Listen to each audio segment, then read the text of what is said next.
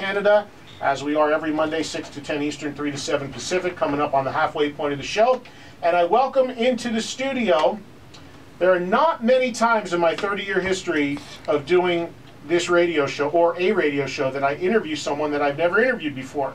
So this is refreshing to look across the console and see somebody that I never met and that I honestly don't know a whole heck of a lot, but we're going to find out about him right now. The first thing I need to find out is how you properly say your last name. Kiko Loureiro. You don't expect me to do that, do you? No, Loureiro. Loureiro. How would an American from New Jersey say it? Loureiro. Loureiro. Yeah, that's a good one. Is that all right? Yeah. Can you live with that? Yeah. Kiko Loureiro. Yes. Good to see you, man. Good to see you, man. Good to meet you.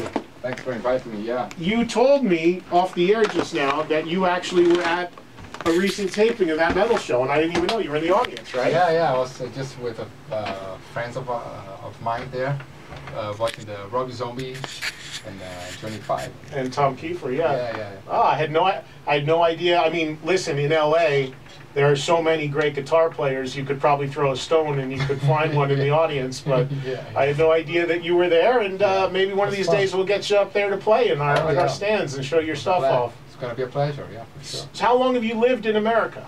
It's like almost 1 year from now. Yeah. 1 year. Yeah. And you moved directly to L.A.? To LA, exactly, yeah. And you are from?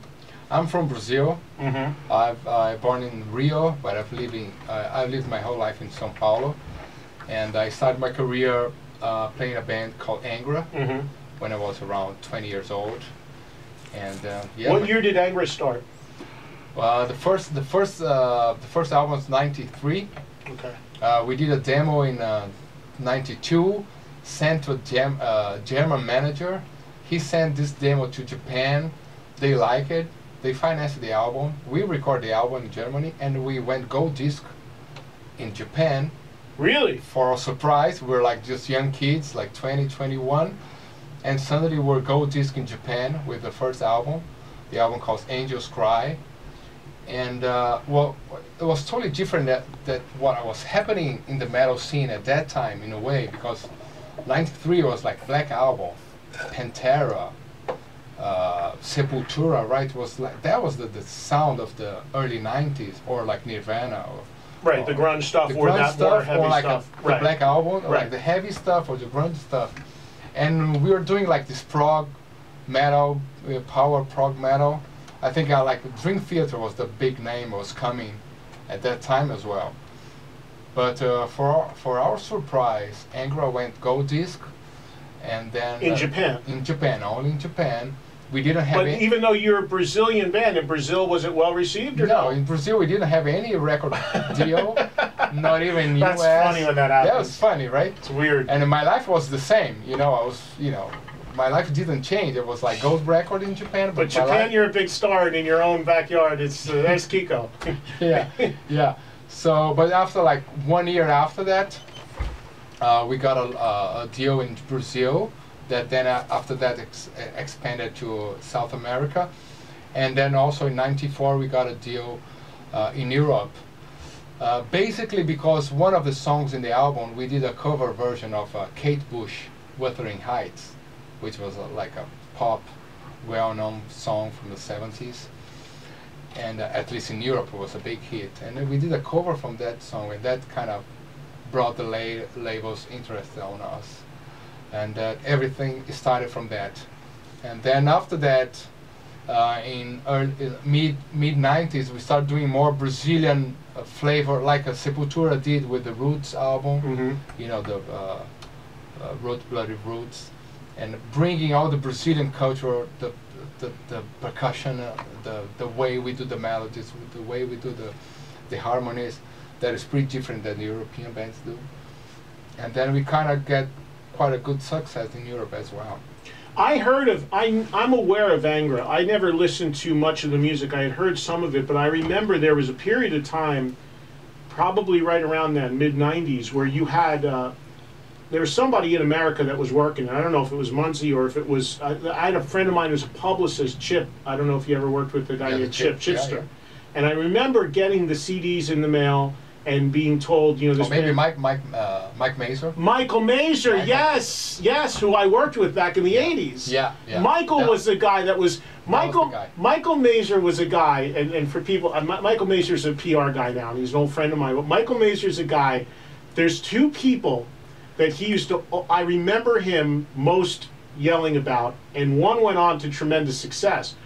The magician, Chris Angel. Oh, yeah. Michael Mazer was like his first PR guy. Wow. And I always think about guys like that because I'm wondering if now Chris Angel is this huge star, if he took care of Michael the right way, because Michael was trying for that guy when he was nobody. Oh, yeah. And I also, you're right, Michael used to always send me, like, yell at me, Angra is a big thing, Angra. Yeah. And he was a big fan of yours back then. Yeah, because at that time with I'm talking about like 96. Yeah. I probably have letters from him still with CDs of Angra, you know. And then he presented us the Calodner, John Calodner. A&R guy, right. Yeah, so he was amazed by our show too.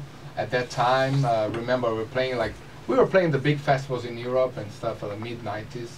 So did Angra ever get a U.S. deal? No, well, yes and no, because we were like with the European record companies that had distribution here. Okay. But it was never really worked, you know, in a proper way in U.S. That's outside why of Michael. Yeah, it's like the Michael. I don't know. I think he was working for SPV or some record labels from Europe, and yeah, we never really dig into U.S. You know, we stayed a lot in South America because we have a huge fan base in South America. Sure, it makes sense. You want to play where people know you and people are going to come out. So you can make a living, of course. Yeah, then you get invited to the festivals in Europe or a tour in Europe, and then, you know, every 2 years going to Japan was, since this Gold Disc, we were like always a, you know, a huge band, you could say, like a good band there to like where was the biggest crowds you were pulling? How many? 4,000 or 5,000 or bigger than that? Something like this, yeah. Something like this, or like the festivals, like Loud Park in Japan lately, but even before, and then Europe as well.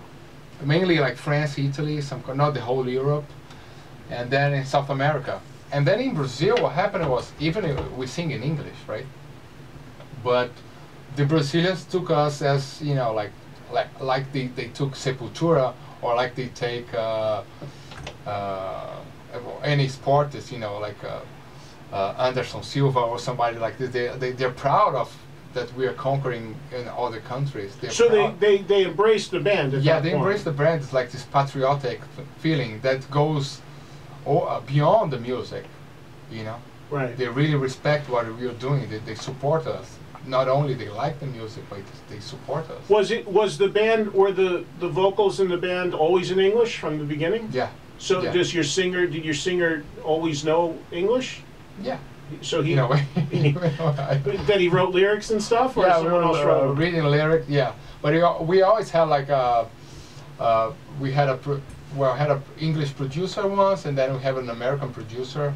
You know, I was always checking the lyrics, you know, double checking, you know, the accents. Right. Right. Yeah. So is Angra still a band, and are you still in it?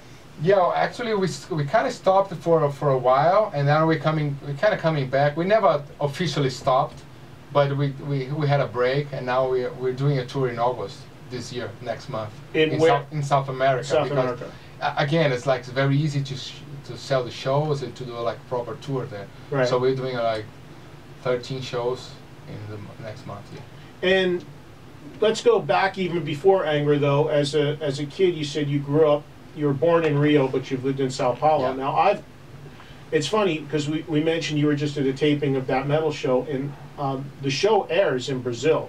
The TV show airs in Brazil. Have you seen it when you've been in Brazil? No. Because I get email from Brazilian fans who watch my TV show like crazy because it's on there. I mean, they are people love it. Yeah. So passionate about it, and they all say you got to come to Brazil, and I've never been, and I want to go. Let's go. They say you're bigger than Iron Maiden if you come here, and I said no. But they say how popular the show is, but they always tell me, and this is the truth. They say, but if you come, you have to come to Sao Paulo. They said because that's where the metal is. That, yeah, or the that's rock. true. Yeah, I mean, like They say Rio's like, no, that Rio's the dance scene and everything. You got to come to Sao Paulo. Is that true? In a way, yeah, well, well, actually have the Rock in Rio is in Rio, right? That's true. The big festival. I didn't think of that. But then, and all the Sao Paulo people goes to Rio. Oh, so they just go there. In the middle of the day, yeah. How far away is it? It's like 200 miles, 300 miles. Oh, so it's like 4-hour drive? Yeah, 4-hour drive, okay. or like 15 minutes, you know. Okay. Yeah, so it's not a big deal. But yeah, so like you could compare Sao Paulo to New York. It's more a business city, and it's 15 million people. So all the big festivals, all the bands, the metal bands, they mainly come from Sao Paulo, or they go to Sao Paulo, you know, to start their career. Rio is more California vibe, and then we have the Brazilian music's very strong there. You know, the samba, you know, the carnival, all this, or maybe the reggae, you know, the things that goes well with beach and palm trees and coconuts and all this. So that's what happens. But many other states, many other cities in Brazil, they have a lot of bands, and we we play all over. Even in Amazon, you can put like, you know, like 3,000-4,000 people in a show in Amazon. It's not a big deal, you know. There's metal fans everywhere. Yeah, I sense that just from the emails I get and the passion that I get about that we hear from everybody. As a matter of fact, in the new season, we're doing this thing called TMS Worldwide, where we're acknowledging some of the places outside of America that our show is seen, that a lot of people we get email about, and they all say, you got to come here and do a show, and we can't because the network won't pay for it. So it's like, you know, we wanted to at least acknowledge them in some way, so we did that for the first time in this season. But it's really all South America that is where the show is and where we're getting all this from.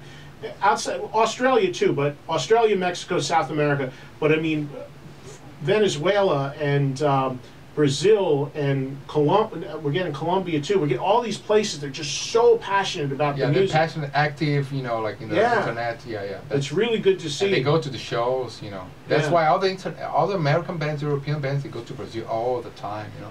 It was not like this like 20 years ago. Yeah. It was not, or in the 80s, you know.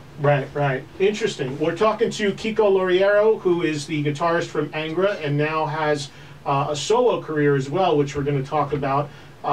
You have a solo album out that's just come out called Sounds of Innocence, which is an instrumental guitar record. We'll play something from it so people can hear what you're about and what you're doing. But before we get into playing something, how many solo albums have you done? Is this your first? Four. Yeah. And they've all been instrumental? Yeah. When did the first one come out? 2005. Okay. Yeah. Tell me about your influences as a guitar player and what kind of molded you to kind of take this path a little bit.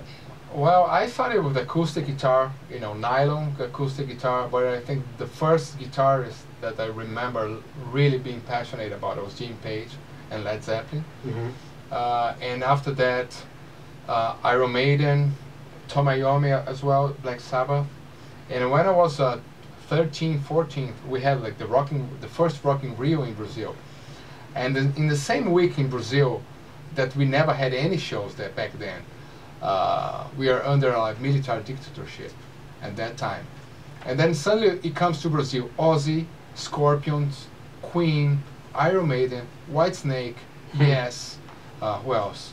And then James Taylor, George Benson. Like there was like the Rock in Rio week, right? In all these bands.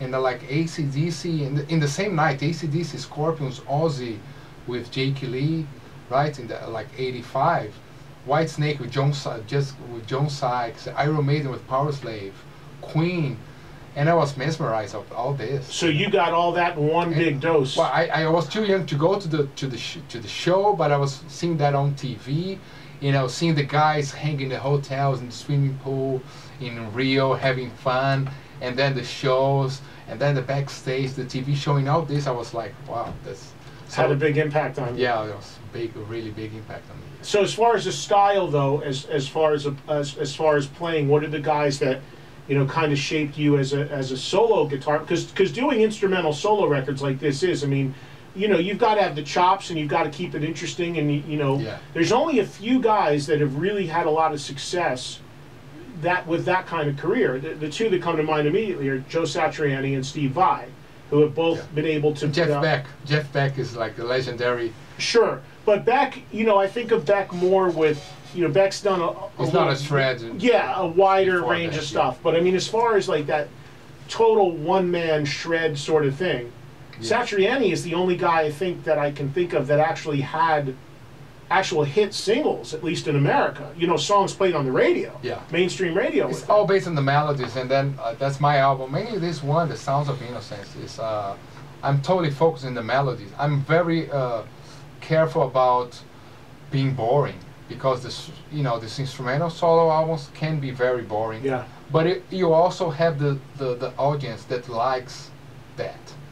So have to find a good balance of showing your skills, showing, you know, playing fast and doing all the tricks you can do in the guitar that I love, and I learned with Satriani, with C. Vai, and all these guys from the 80s. But also the melodies for me is very important. I normally compose my songs not in the guitar, like in the electric guitar. It's like acoustic guitar or a piano. So I kind of have the control of the song itself, the chords and the melodies, and if the song is beautiful or not. And after that, you can put in any instrument. It can be like a, you know, electric guitar with distortion or not. So most of the songs are like that. And I try to build an album that you can listen through the whole album and enjoy. And then you have some songs that are quite technical. Technical. But some other ones are really, you know, cool and you know, relaxing. You just enjoy the song. There's maybe not one fast phrase, you know, fast lick or something like this. What have you done shows as a solo artist? Yeah, I've been doing it for years. In America though, or no? No, not in America. I'm starting to develop a little bit here, promoting. Yeah. Because one of the important things. The reason why I asked that is because one of the important things too about solo guitar, I shouldn't say solo because normally you're going to have a drummer or a bass player live, but as far as that being the focal point, I find is that it can get redundant live, but the other thing is if you're a great showman, that carries a lot too. I just went to see Steve Vai recently, and Vai, I don't play guitar, but I have a huge appreciation for guitarists that I like. And I went to see Vai, and he plays like 2.5 hours, and I'm like, as not being a guitarist, and you know, Steve is brilliant, but it's like, oh man, there's no way I'm going to make it through 2.5 hours of seeing this guy just shred away. Well, you know what? I was there for every note of it because he's a tremendous showman. I mean, the way he moves on stage, it's like he channels that guitar. He's like Madonna. He's going in costume changes. He's coming out with a light out suit, and he's always keeping it interesting. And I would think that beyond the ability that you have, is that important to you as well, to be a showman? Yeah, but you know what? If you take Satriani, it's the contrary. Satriani is the opposite. Yeah, he gets out there though. He'll rock a little bit. He'll make faces. Some. Yeah, but he's like he's no, yeah, I know what you're saying. You know, he doesn't talk that much to the audience. Yeah, you're right. You know, he sings every once in a while. Well, yeah. Well, sure Steve tries. Yeah. So does Steve. Yeah. But in a way, like he really trusts in the music and the melody, Satriani, because the songs you're right. he composed they are really strong. I could say the same for Jeff Beck. Yeah. He trusts in the songs itself, and then he just played, and people just, you know, go there and listen. It's a different kind of audience as well, you know, because it's like listening to classical music or jazz. You know, the song should be enough, the music should be enough. So I think Satriani takes this path. That's a good point. And then Steve Vai is a different way. He's like he's more, for me, it's like more this Las Vegas vibe, you know. Yeah. See, but what I like is like it's great too. But you can have a great guitarist playing good songs, and the people can connect it without changing the costumes. You know, I believe so. Yeah. But you have to have a special audience for that. So like going to see a Yes show, a Rush show, it's going to be very long with a lot of instrumental parts, with a lot of, you know, progressive moments. And usually no girls there. Well, that's for sure. That's for sure. That sort of music, Dream Theater, Rush, progressive rock. You may find one in 1,000 that's a woman. If you want girls, you have to change the style of music, exactly. Right? So. You got to start making pop hard rock, otherwise. So hip hop or something else. Exactly. All right, Kiko Loureiro is my guest. We're live on Sirius XM. coming up on 8:15 here on the East Coast, 5:15 on the West Coast, here live until 10 Eastern, talking music, playing music. Let's play something. Now that we got to know Kiko's story a little bit, let's play something from his album called Sounds of Innocence. Now, for most of my audience, this is going to be the first time they're ever going to hear anything from you, so the pressure's on. What do you want to introduce America and Canada to that hasn't? I realize I don't mean disrespect, because I know there's people that love you and know your music and your history. But in a big scale, sure. you know, you said yourself, this is kind of you trying to put a foot into this market. So what do you want to lead with? If the heavier stuff can be conflicted, all right, the heavier one. We'll do a couple. So heavy progressive. So we'll start with that. Yeah, cool. Tell me about this. 6 minutes long. You going crazy in this one? Yeah, prog metal kind of. But I still have, you can get the 80s Satriani, a little bit the melodic vibe, and more modern stuff with odd bars and stuff, more progressive somehow. The drummer is Virgil Donati. Great player. Great player, great work he did in this album. And who's on bass? Are you playing bass? Bass is, most of the songs are Felipe from Angra, is the bassist from Angra. Okay. And one song from Doug Wimbish from Living Colour. Yeah. How did he get on the record? I was playing with him in few tours with a Finnish singer from Nightwish, Taira Turunen. And then I met him in this tour, so we got to be friends. And some songs that I add more Brazilian vibe, more Afro-Brazilian vibe, that I said, like, Doug is the perfect guy to brought. Does he live?